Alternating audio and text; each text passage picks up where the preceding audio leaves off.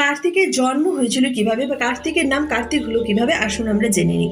কোনো মতে কার্তিক ঠাকুর হর পার্বতীর বড় ছেলে গণেশ ছোট, আবার কোনো মতে গণেশ বড় কার্তিক ছোট। পুরাণ মতে তারকাসুর বধের জন্য জন্ম হয়েছিল কার্তিকের। তারকাসুর অত্যাচার থেকে রক্ষা পেতে দেবতারা দ্বারস্থ হয়েছিলেন দেবাদিদেবের। প্রার্থনা একটি পুত্র যেন দেবতাদের উপহার দেন শিব।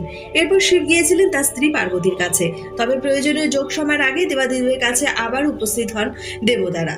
পুরাণ মতে মহাদেবের তেজ গিয়ে এরপরে পৃথিবীতে পড়ে। পৃথিবী সেই তেজ ধারণ করতে না পেরে তা নিক্ষেপ করে অগ্নিতে। অগ্নি তা নিক্ষেপ করেন গঙ্গায়। সেই তেজ এসে ছোঁয়া দেয় গাছে ভরা জঙ্গলকে। সেখানেই জন্ম হয় শিবপুত্রের। ঠিক ওই সময় একই জায়গা দিয়ে যাচ্ছিলেন অগ্নিদেবের 6 জন স্ত্রী। তারা মাতৃস্নেহে কোলে তুলে নেন শিবপুত্রকে। অগ্নিদেবের 6 স্ত্রীকে একত্রে 6 কৃত্তিকা বলা হয়।